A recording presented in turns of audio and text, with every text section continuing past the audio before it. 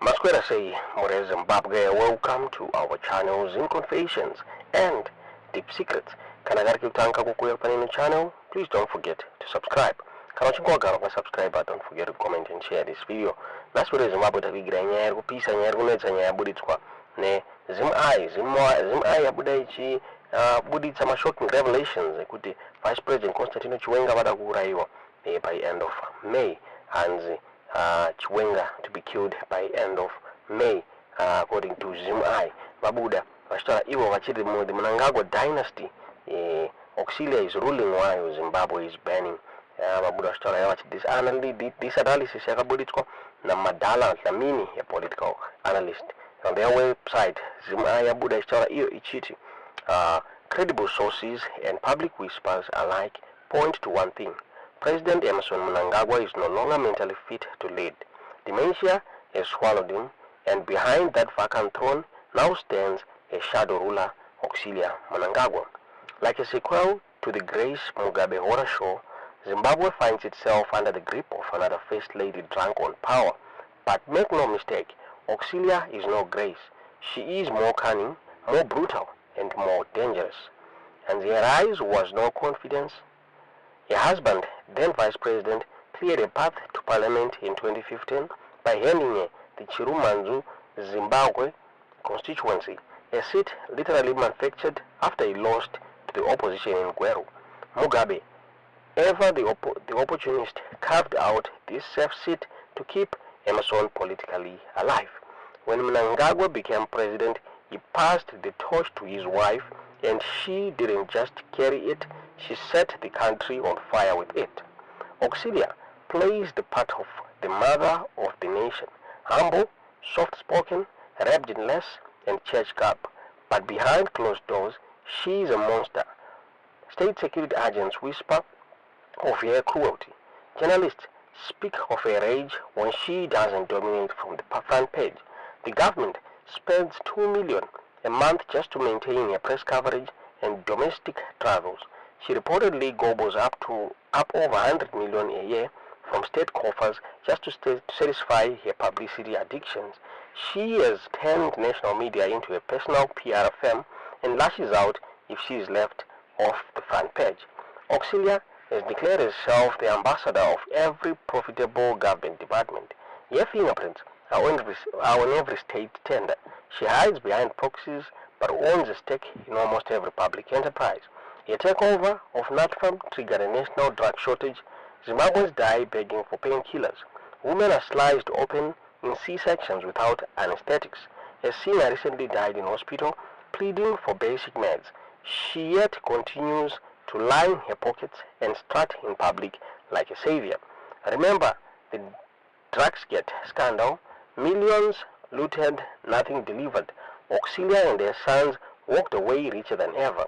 During the COVID-19 pandemic, she and her cabal exploited national tragedy to siphon even more millions under the guise of health procurement. Her sons, dubbed the terrible twins, are not just spoiled brats, they are frontline looters deployed to choke every vein of national wealth. Together, they have bled Zimbabwe dry. She set up women's bank across districts, claiming to empower the poor. In reality, it was a massive laundering scheme. The money meant for women's empowerment found its way into her empire. In 2024, the United States slapped sanctions on Auxillia, her husband, and their cronies for human rights abuses and gold smuggling. Auxillia is the mafia queenpin, demanding 30% of every ounce of gold mined in the country. She is tied to non-thugs like Owen Mudanyube, Wikno Chevayo, Yuberenjo, and Henrietta Roshoya. Her Chinese business partners are only too happy to help her smuggle Zimbabwe's future away, one gold brick at a time. Zimbabwe is now on autopilot. The real government seems not in cabinet but at a private farm every Sunday. They call it the farm cabinet, and Auxillia chairs it. Her inner circles of loyalists include Julai Moyo, the strategist, Owen Mudanyube, the enforcer, Ziyambi, the fixer, Jenfine Muswere, the mouthpiece, Kazembe, the executioner. Auxillia decides who gets hired, who gets fired, and who gets buried. She is not just protecting her powers, she is securing a dynasty, a goal, keep her husband in office until 2030 and beyond. To do so, she has ordered the elimination of generals seen as obstacles. She's teamed up with Virginia Mapiza, Fortune Chassis, and Zambi Zambi to rep the constitution and legitimize a mentally unfit president. Even Vice President Chiwenga is reportedly marked for death before the end of May.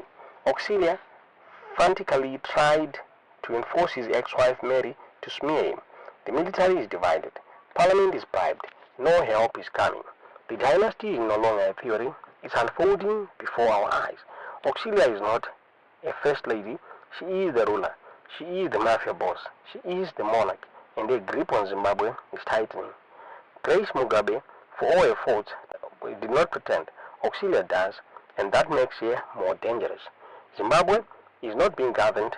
It is being looted, humiliated, and held hostage by a woman hiding behind her husband's broken mind. A woman with no official title, but absolute power. The generals are mugged. The opposition is bought. The constitution is torn. Cry, my beloved country. Toma buditswa kwa nyaya muri Zimbabwe nedizimai. Wachitaura tekabuditswa na a political analyst by the name Mandla Dlamini muri Zimbabwe. Tingaziva kuti munoona sei nyaya iyi. Tudziwo zvamuri kufunga mu comment section. Kutaura kwatiri kuita zvinomera mushe mai Auxillia Mnangagwa ari kupiwa zvakare mhosva Netherlands government over kusungwa kwa journalist Blessed Muhlanga. Munyaya yabuditswa the Kukurigo vachitaura ivo vachiti the British government has come under growing pressure to hold Zimbabwe First Lady Auxillia Mnangagwa accountable for her regime's crackdown on press freedom, following calls in the House of Lords for her to be challenged during an upcoming visit to London. Speaking during a debate on global media safety, Lord John Oates called on British parliamentarians to confront the First Lady over the continued detention of Zimbabwean journalist Blessed Muhlanga, who has spent over 59 days in custody for interviewing a war veteran critical of President Emerson Mnangagwa's alleged bid to extend his term in office.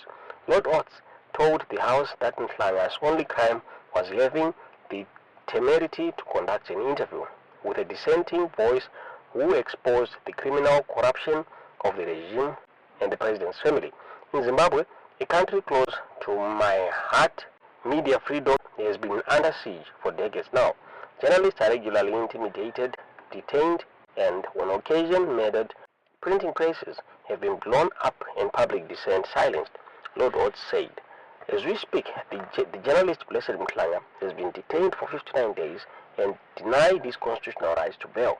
His crime is having the temerity to conduct an interview with a former war veteran who opposes President Mnangagwa's desire to extend his term in office and has highlighted the criminal corruption of the regime and the president's family.